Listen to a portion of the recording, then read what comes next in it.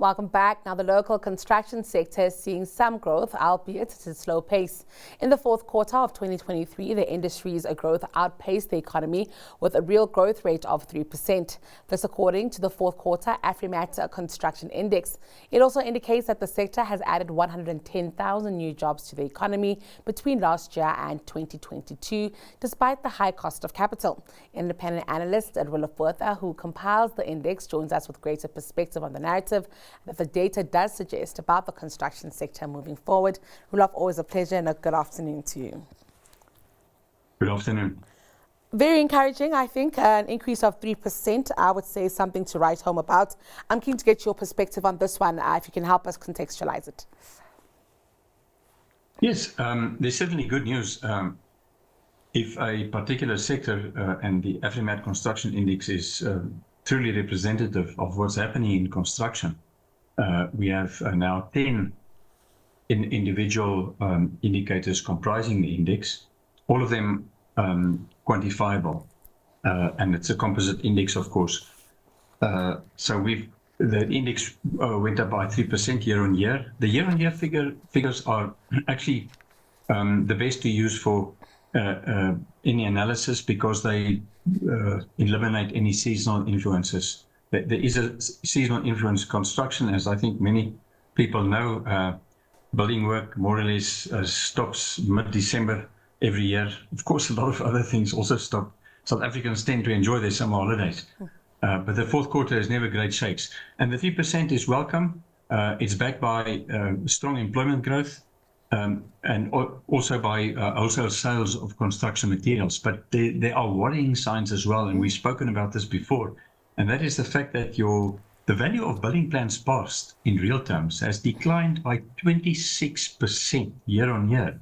This is frightening stuff because South Africa has a dire need for more housing and especially a more diversified housing sector, where we need to resuscitate the RDP housing program as soon as possible, give those people title deeds, give them access to collateral, etc.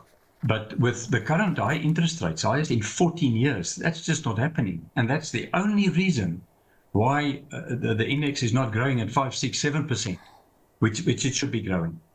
I must also ask you, I think you've also, correlated some of this data to what you're seeing coming out of Better Bond. I'm keen to get at that because, of course, we are speaking here about a country that does have a housing crisis, that even those, looks like with what has developed, Roelof, those who can afford properties are so also deeply pinched by the realities. Yes, unfortunately, you're quite right, and thanks for picking that up. The Better Bond as awesome data sets, which they capture from every single home loan applicant. And the index of home loan applications has been dropping consistently ever since the Reserve Bank decided to pretend that they are actually the Federal Reserve in America, because they do what they do. But despite the fact that we do not have any demand inflation in our economy. So on that, what data that I also got from Better Bond shows that first-time home buyers used to only require a more or less 60,000 rand deposit to get a mortgage loan. Now it's almost a quarter of R1 million. So literally tens of thousands of youngsters out there who have got good jobs are being shut out of the market. But even worse, those that were duped into believing that the Reserve Bank would actually adopt a more accommodating monetary policy stance after COVID. They were caught in a trap because they are now paying on the average mortgage bond administered by Better Bond, they are paying almost 4,000 Rand a month, every month, extra on their bonds. Money that could have been spent to stimulate the economy. This is really shocking. Nobody saw this coming because interest rates were too high to begin with before COVID, as far as I'm concerned, 10%. Nominal prime, it's now almost 12%. I mean, there is no logical justification for this.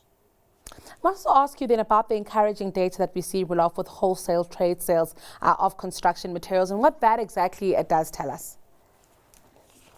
Well, it tells us that there is life in construction, and I would have been very surprised if it didn't happen. actually drove through one of a town in Limpopo recently on a tarred road for the first time in 15 years. So apparently some of the other provinces outside of the Western Cape are now mastering the art of fixing potholes. It's in everybody's interest that government steps up on the infrastructure spend.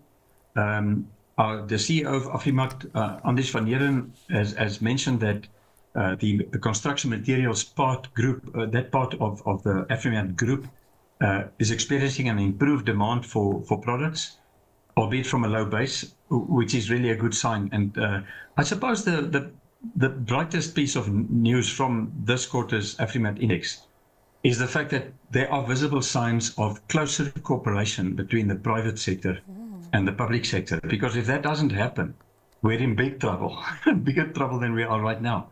And I believe that we can solve this.